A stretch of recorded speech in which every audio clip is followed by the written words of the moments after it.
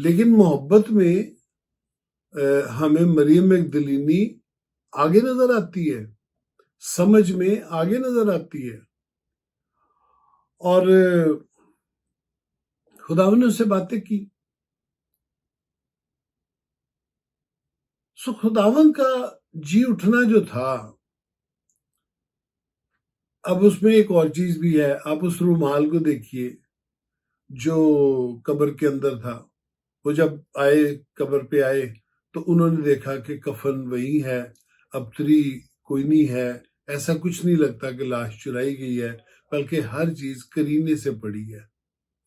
لازر کے اور مسیح یسوع کے جی اٹھنے میں فرق تھا۔ لازر کفن سمیت باہر آیا تھا، لیکن یسوع مسیح کفن چھوڑ کے باہر آیا تھا۔ کیوں؟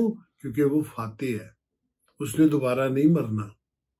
لازر نے پھر مرنا تھا اور وہ مرا، لیکن خداوند یسوع جو ہے وہ زندہ ہے، اور مکاشفہ کی کتاب میں اس نے یوحنا رسول سے کہا کہ عبدالآباد زندہ رہوں گا۔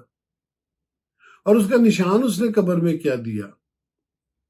وہ جو رومال اس کے سر پر بندھا تھا، وہ ایک طرف طے کر کے کرینے سے رکھا ہوا تھا۔ یہودی دستور میں جب مالک کھانا کھانے بیٹھتا تھا تو ملازم کھانا رکھتا تھا تو ساتھ میں ایک رومال رکھتا تھا، اور جب مالک کھانا کھا کے اور رومال سے ہاتھ صاف کر کے اس کو بے ترتیب چھوڑ دیتا تھا تو ملازم آگے دیکھتا تھا، اور میز نہیں دیکھتا تو رومال دیکھتا تھا کہ بے ترتیب رومال پڑا ہے، تو اس کا مطلب ہے کہ مالک اب واپس نہیں آئے گا۔ لیکن اگر وہ آگے دیکھے کہ مالک گیا ہے اور رومال طے کیا ہوا پڑا ہے، تو اس کا مطلب تھا کہ مالک واپس آئے گا۔ ہیلیلویا جی۔ سو خداوند نے ان کو نشان دیا۔ وہ جو سر پر بندھا ہوا اس کا رومال تھا، وہ یوحنا کی انجیل میں لکھا ہے کہ وہ ایک طرف سوتی کپڑوں کے ساتھ نہیں بلکہ لپٹا ہوا ایک جگہ الگ پڑا ہے، ترتیب سے رکھا ہے۔ قبر کے اندر ابتری نہیں تھی۔ سو یوحنا نے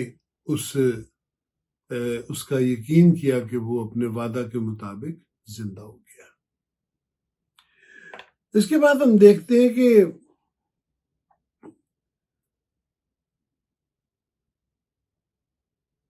خداوند پھر شاگردوں کو نظر آیا 20 باب میں، 20 باب کی 19 آیت سے لے کے 22 تک اس نے ان کو اختیار دیا۔ اس نے کہا کہ تم جن کے گناہ بخشو گے ان کے گناہ بخشے جائیں گے، اور پھر توما کو اس نے اپنے جسم کا اس نے ثبوت دیا۔ اس نے کہا کہ وہ اس کے ہاتھ کے سوراخ میں انگلی ڈال کے دیکھے، اور خداوند نے پھر ان لوگوں کو مبارک ٹھہرایا، میرے اور آپ کے جیسے، جو بغیر دیکھے ایمان لائیں گے۔ لکھا وہ مبارک ہوں گے، تو دیکھ کے ایمان لایا۔ اور اس کے علاوہ پھر ہم دیکھتے ہیں کہ اماوس کی راہ پر 2 شاگردوں کو خداوند ملا۔ وہ خداوند کے بارے میں باتیں کرتے ہوئے جا رہے تھے، اور وہ ان کو ملا، اور انہوں نے سمجھا کہ وہ بھی شاید مسافر ہے، اور وہ ان کے ساتھ ہو لیا، اور اس نے ان سے پوچھا کہ تم کس کے بارے میں بات کرتے ہیں؟ وہ حیران بھی ہوئے، غمزدہ بھی ہوئے کہ اتنا بڑا واقعہ ہوا اور تجھے پتہ نہیں۔ اور انہوں نے پھر خداوند کو ریپیٹ کیا وہ واقعہ مصلوبیت کا۔ وہ اپنا غم بیان کر رہے تھے، پھر خداوند نے ان کے ذہن کو کھولا، پھر وہ اس جگہ پہنچ گئے جہاں وہ جاتے تھے، اور روٹی توڑتے وقت انہوں نے خداوند کو پہچانا، اور اتنے خوش ہوئے کہ وہاں سے اسی وقت واپس مڑے اور یروشلم کو آئے، اور آ کر انہوں نے شاگردوں کو بتایا کہ انہوں نے کس طرح خداوند کو پہچانا۔ اور لوکا کی میرا خیال انجیل ہے جس میں لکھا ہے کہ وہ شاگردوں کو یہ بتا رہے تھے تو یسوع پھر ان کے درمیان موجود ہوا.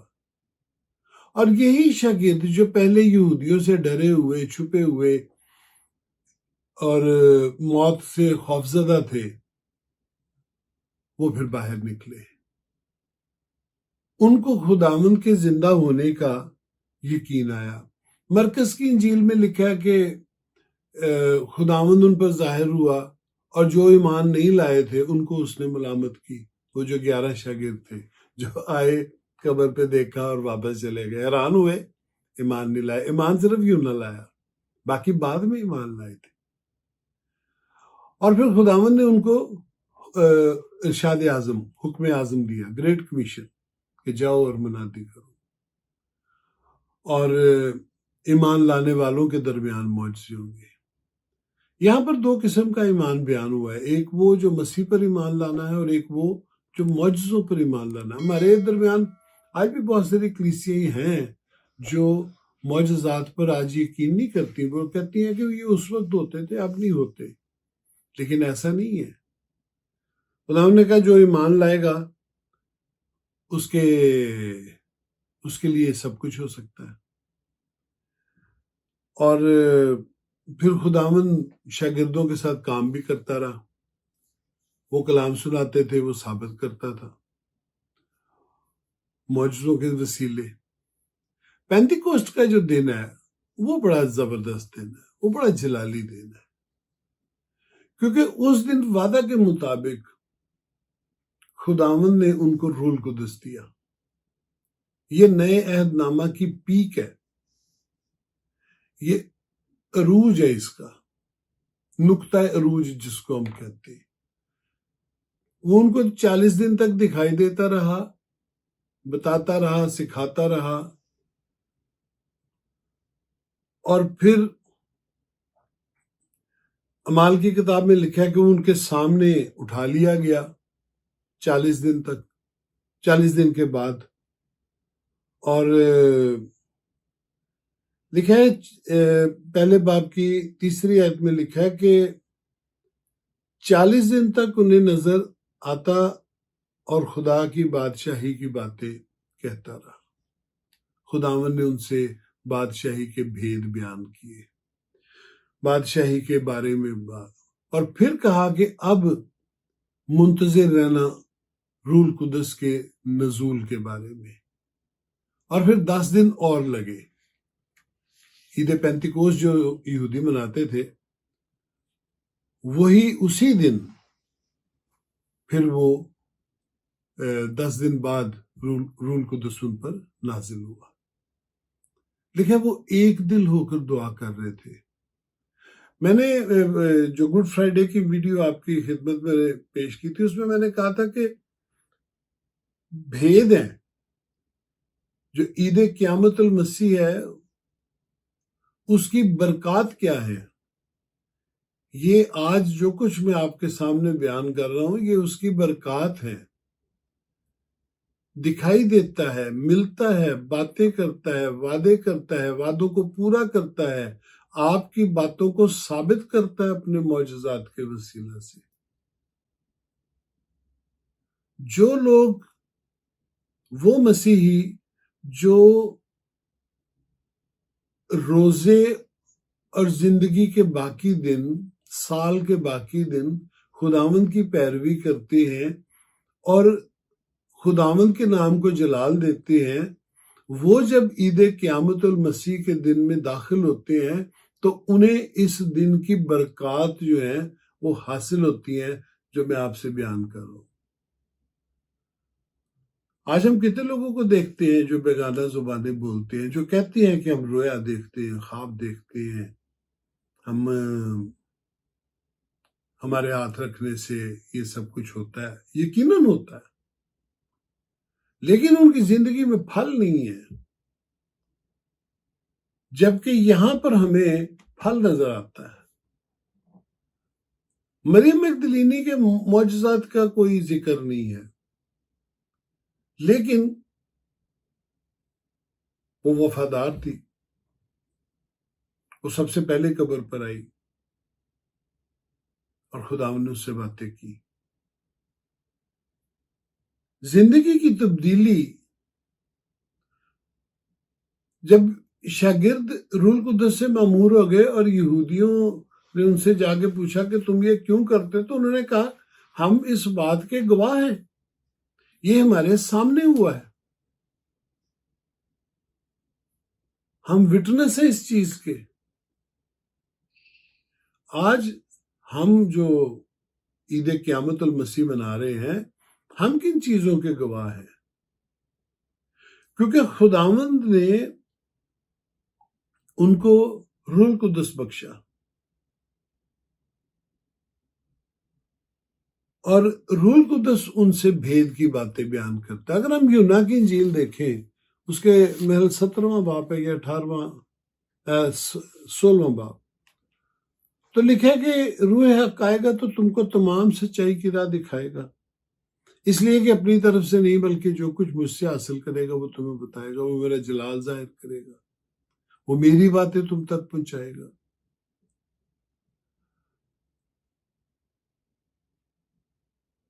سو خداوند نے ان کو دنیاوی چیزیں نہیں دی،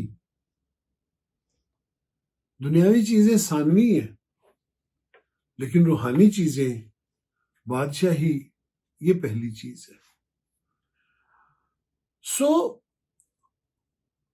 40 دن نظر آنے کے بعد 10 دن وہ دعا روزے میں ٹھہرے، اور لکھا ہے ایک دل ہو کر، انڈر ون ایکارڈ. انگلش کی بائبل میں لکھا ہے one accord in one place. دعا میں وہ 120 کی جماعت متفق تھی، وہ جو مانگ رہے تھے وہ 120 سب کے سب ایک ہی بات پر متفق تھے. وہ جو بھی مانگ رہے تھے کہ خداوند کا وعدہ پورا ہو، قوت کا لباس ملے، خداوند کی مرضی ہم پر ظاہر ہو، ہم اسے پورا کریں گے، وہ اس میں 120 جو تھے وہ متفق تھے. اور پھر انہیں روح القدس سے بھر دیا گیا، ان کو تقویت دی گئی، اور پھر وہ جو یہودیوں سے ڈرے ہوئے اور چھپے ہوئے تھے وہ باہر نکلے، اور پھر انہوں نے منادی شروع کی زندہ یسوع کی. اور پھر ہمارے پاس تو بہت جو ہے نا 120 کی جماعت کا ہی ہمارے پاس بیان ہے، اور اعمال کی کتاب بنیادی طور پہ 2 خادموں کو بیان کرتی ہے، پطرس کو اور پولس کو. لیکن اگر ہم 120 کو ہی لیں تو مسیحت پھیلانے میں 120 لوگوں نے ہی شروع کیا تھا کام، اور 120 میں بھی ہم 12 کو لیں تو پھر 12 نے شروع کیا تھا. لیکن کلیسیا مانتی ہے کہ یہ 120 تھے جن کو مختلف خدمات ملی، مختلف علاقوں میں وہ گئے، اور دنیا کو انہوں نے پلٹ کے رکھ دیا، الٹ کے رکھ دیا. کیوں؟ کیونکہ کہانیاں سب کے پاس تھیں، لیکن قبر کسی کی خالی نہیں تھی، وہ صرف یسوع مسیح کی تھی. اور یسوع مسیح ان کو نظر آتا رہا اور کلام میں سے ان کو بتاتا رہا، ان کے ذہن کو کھولتا رہا. اور آج بھی ایسے ہی ہے. جن کا دل خداوند سے لگ جاتا ہے ان کے ہاتھ سے عام طور پہ دنیا نکل جاتی ہے،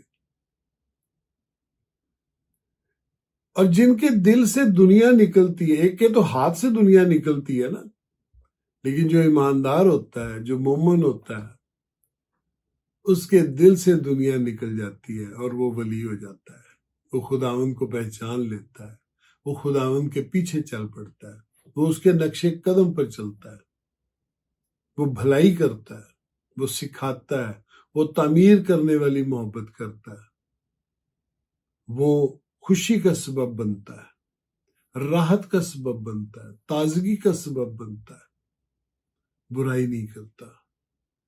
آج جب ہم عید قیامت المسیح منا رہے ہیں تو ہم جی اٹھے یسوع کی باتیں کریں، اماوس کی راہ پر جانے والے یہی باتیں کر رہے تھے، جو عورتیں قبر پر آئیں اور واپس گئی وہ بھی یہی باتیں کر رہی تھی، جو انتظار کر رہی تھی وہ بھی یہی سوچ رہی تھی کہ خداوند کہاں ہے۔ آج اگر ہم اسی تگ و دو میں ہوں گے کہ ہم خداوند کو ملے، خداوند کو دیکھیں، تو یقیناً وہ ہم سے ملے گا اور اپنی باتیں ہم سے کرے گا، اور میری اور آپ کی زندگی کے لیے جو اس کا منصوبہ ہے وہ ہمیں بتائے گا، اور نہ صرف بتائے گا بلکہ اس کا روح القدس ہمیں تقویت دے گا کہ ہم تابعداری اور وفاداری سے اس راہ پر چلیں اور دنیا سے الگ ہوتے چلے جائیں۔ دنیا کے ساتھ رہتے ہوئے ہم خداوند کی پیروی نہیں کر سکتے، زندہ یسوع کی پیروی نہیں کر سکتے۔ اس گوشت پر غالب آنا لازمی ہے۔ اس گوشت سے مراد ہے خواہش پر۔ غرض جو ہوتی ہے وہ ہمیں لالچی بنا دیتی ہے، اور لالچی کا انجام جو ہے وہ بہت برا ہے۔ بائبل میں لالچ کو اور بت پرستی کو برابر گنا گیا۔ سو آپ اپنی زندگیوں کو دیکھیے، آپ زندہ یسوع کے لوگ ہیں، اس کی قبر آج بھی خالی ہے، وہ آج بھی زندہ ہے، وہ آج بھی آپ سے ملتا ہے، وہ اپنی کلیسیا کو ملتا ہے اور انہیں برکتیں بخشتا ہے۔ کلام پر غور کیجئے، اپنی زندگیوں پر غور کیجئے۔ میری طرف سے، میرے گھرانے کی طرف سے آپ سب کو عید قیامت المسیح بہت بہت مبارک ہو، اور اس کی ساری برکات آپ کو، آپ کے خاندان اور آپ کی نسل کو ملے۔ خداوند آپ سب کو برکت بخشے، جیتے رہے۔